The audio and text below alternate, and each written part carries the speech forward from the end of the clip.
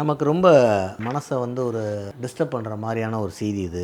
மாரடைப்பால் துடித்தவரை கண்டுகொள்ளாமல் சென்ற சமூகம், மனிதநேயம் மறித்ததால் நடுரோட்டில் உயிரிழந்த வாலிபர். இது எங்கே இல்லை, பெங்களூர் நடக்குது. ஒரு பைக்கில் போயிட்டு இருக்க ஹஸ்பண்ட் ஒய்ஃப் போகிறாங்க. திடீர்னு அவருக்கு ஒரு கார்டியாக் அரெஸ்ட் வருது. அவர் அந்த இதில் சஃபர் ஆகிறாரு. அவருக்கு ஒரு பெயின் இருக்குன்னு தெரியுது.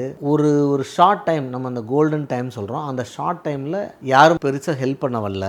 ரெண்டாவது, அவங்க ஹெல்ப் கேட்டுமே யாரும் நிற்கலை அப்படிங்கிறத இந்த செய்தி மரித்து போன மனிதநேயம் அப்படின்னு சொல்லி அவங்க செய்தி முடியுது. கிராமங்களில் பார்த்தீங்கன்னா யாருன்னே தெரியாட்டா கூட திடுன்னு ஓடி போய் ஹெல்ப் பண்ணுவாங்க. ஏன்னா அதில் அங்கே மக்களுக்கு மனிதநேயம் ஜாஸ்தியான்னு கேட்டால் மனிதநேயம் ஜாஸ்தி தான். டவுனில் பெரும்பாலும் மக்கள் வர்றதில்ல. அதுக்கு 2-3 காரணங்கள் இருக்குது. ஒன்று இதில் போனால் ஏதோ போலீஸ் மேட்டர் வந்துடும், நமக்கு என்கொயரி கூடுவாங்க, நமக்கு எதுக்குப்பா வேண்டாத வேலை அப்படிங்கிற விஷயம் இருக்கலாம். இன்னொன்று ஒரு நேரமின்மை. நம்ம சிட்டி லைஃப்பில் நம்ம மனிதநேயத்தை சாப்பிட்ட ஒன்று அப்படின்னா அது நேரமின்மை தான். இதுக்கு எல்லாரும் நம்ம கைதி ஆகிட்டோம். எல்லாத்துக்குமே நெக்கு அவங்க பிளான் போட்டு thinking, planning, to do list போட்டு ஒரு டைமிங்கில் போகும்போது அவனால் நிறுத்தி அதுக்கப்புறம் அதில் வர பஞ்சாயத்தையும் தீர்க்க முடியாத இடத்துக்கு போயிட்டோம். ஸோ இப்போ கிராமத்தில் இருக்க மனித நேயத்தை இங்கே இருக்கிற மக்கள்கிட்ட, நீங்கள் டவுனில் இருக்க மக்கள்கிட்ட தூண்டி விட முடியுமானா எனக்கு தெரிஞ்சு முடிகிற கஷ்டம். ஏன்னா அவங்க நேர இன்மையை எப்படி தனிப்பட்ட முறையில் தீர்க்க முடியும்? அவர் ஒரு அட்வொகேட்டாக கோர்ட்டுக்கு ஓடிட்டுருப்பார், ஒரு டாக்டராக ஹாஸ்பிட்டல் ஓடிட்டுருக்காரு, வேலைக்கு போகிறவங்க 9 வரைக்கும் பஞ்ச் பண்ணணும்னு போயிட்டுருப்பாங்க. இதில் யாரோ ஒருத்தர் பார்த்துப்பாங்க, நம்ம என்னத்தை பார்த்துக்கிட்டு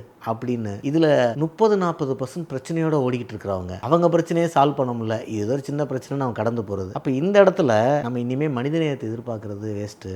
இங்கே சிஸ்டம் தான் வரணும், ஸ்டேட்டு தான் வரணும். இந்த இடத்துல ஒரு பிரச்சனைனா மேக்ஸிமம் மனித நேயத்தில் நம்ம பண்ணக்கூடிய விஷயம் என்ன இருக்குன்னா, இந்த அவசரத்துக்கு 100ங்கிற மாரி ஒரு 1 அடிச்சு இங்கே மாரி ஒருத்தர் இருக்காருன்னு சொல்லிட்டு போக முடியும். இதுதான் ஒரு வலியான உண்மை. எனக்கும் ஆசை இருக்குது, அந்த இடத்துல ஒரு மனித நேயத்தை காட்டுறதுக்கு வண்டி நிறுத்தி திரும்பி செஞ்சு அவரை ஹாஸ்பிட்டலுக்கு ஏற்றி அனுப்பி காப்பாற்றி. ஆனால் எத்தனை பேர்த்தால் அதை பண்ண முடியும்னா உண்மையிலேயே நம்ம ஒரு பரிதாபகரமான கைதியாக மாறிடும். இதே விஷயம் நமக்கு நடந்தாலும் அப்படி தான், யாருக்கு நடந்தாலும் அப்படி தான் இன்றைக்கி சிட்டியில். ஸோ இந்த விஷயத்தை பண்ணிட்டு அவங்க செல்ஃப் கேர்னு எந்த அளவுக்கு சொல்லுவோம்னா, இல்லை சண்டே ஹாஸ்பிட்டல் ஒர்க் ஆகாது, பெரும்பாலும் 99% ஒர்க் ஆகாது, டாக்டர்ஸ் இருக்க மாட்டாங்க. அப்போ எமர்ஜென்சி எப்படி ஹேண்டில் பண்ணின்னு கேட்டதுக்கு, இல்லை நாங்கள் எமர்ஜென்சி வராத அளவுக்கு நாங்கள் ஹெல்த் வச்சுக்கிறோம், அதை புக் பண்ணி மண்டே பார்த்துப்போம், அந்த மாரி எங்களுக்கு தெரியும் அப்படின்னு அவங்க ஒரு பதில் சொன்னாங்க. இன்னொன்று, சிஸ்டத்தோட நீடும் அப்படி தான் இருக்காங்க.